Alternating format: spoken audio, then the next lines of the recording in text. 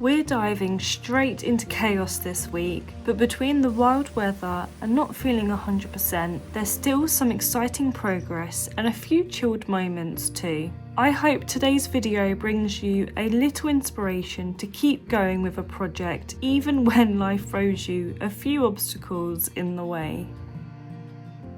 Hi guys, welcome back to the channel. Today I'm working on an outdoor dining area makeover. We've officially entered our first month and ironically it is a little bit windy today, but I'm not going to let that stop me from turning this space into something cute and usable and most importantly host worthy. If you're brand new here, my name is Sophia here at Going Home, and for the last month I've been working on turning this crazy garden into somewhat of a functioning space. We're still rough around the edges, but it is actually a nice place to be in now. We can relax, there's enough spaces for us to use, and we are almost officially summer ready for this year. Of course, the first thing on the agenda is to completely clear out the space.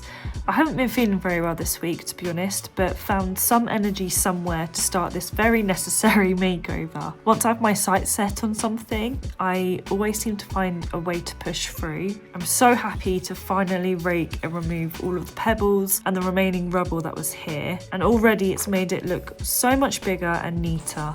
Perhaps this isn't necessary, but this area is so overgrown, so I couldn't really help myself from starting some pruning. I just feel like the overall look will really benefit from having more light coming through. There are also tea roses growing back there, so I definitely want them to have their moment. Now this is my favourite part of the process, dressing the space and bringing in the furniture and the bigger pieces first, just so we get an idea of the scale we've got to work with. The parasol has LED lights inside it, which I'll definitely show you all lit up a bit later on in the video. I did trial it. The lights and the parasol were kind of getting in the way of each other, so at this point I decided to make some changes and relocate some of these solar string lights, and now they are all working harmoniously together. And finally, my dreams of having proper summery alfresco dinners with this whole area lit up is coming to life, and I feel like it's the perfect way to enjoy this space. We are very lucky that the previous owner left a lot of garden decoration,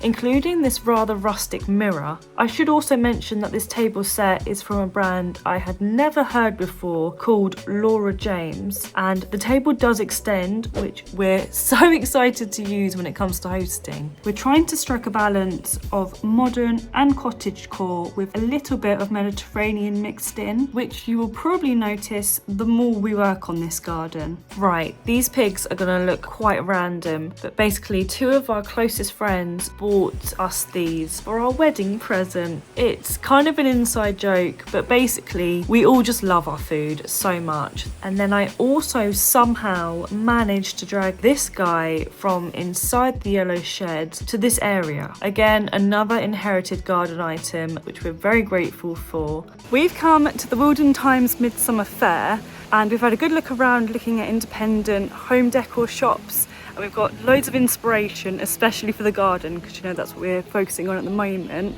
And obviously it's very nice to be out after not feeling very well this week. There's not been anything that's like really grabbed us, to be honest with you, but yeah, like I said, lots of inspiration here. And so now what we're doing is looking around the gardens. I'm pretty sure this place is called Whole Park, but it's just so beautiful.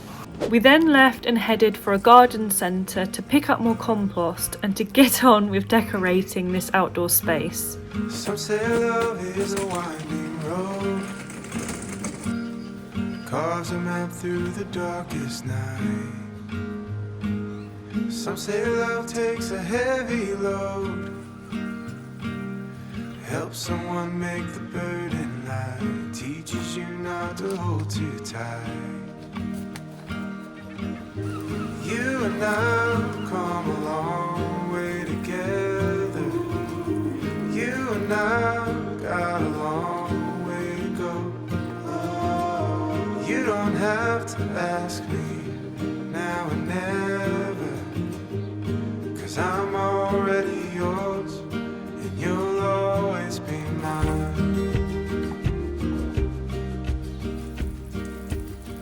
Before I go ahead and reveal the space to you, I do just want to say that I'm so happy with how it's turned out. And to be honest, it's not even the finished article. If anything, it's inspired me to add more things to the space. For instance, I have been seeing these tiered plant holders. I guess they're for kind of like the smaller pots. And we've got loads of terracotta pots that I am desperate to use, and I think it would look so lovely in there. That little bit of Mediterranean twist that I was talking about earlier. Also, because I've now planted our Acer, it's now freed up a tin planter. So I'm trying to think of what would go quite well with our mini herb garden. We've got rosemary, thyme, and our little strawberry pot as well. So if you have any ideas on what else I can put in just so it fits in, then do let me know down in the comments. I'd really appreciate that. And I guess it's now time to reveal this space in 3, 2, 1.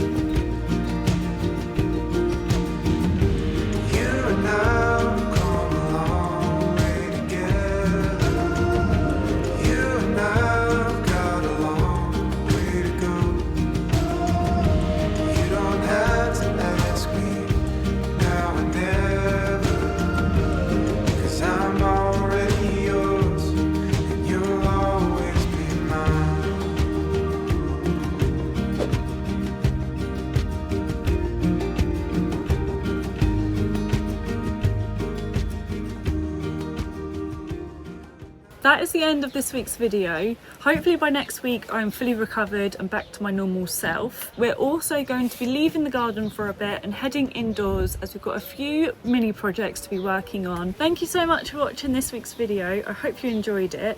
If you did, be sure to leave me a thumbs up because it really does help me out. And if you want to see more of this content, then be sure to subscribe and let me know down in the comments below what you would like to see next. Have a great week and I shall see you in the next one.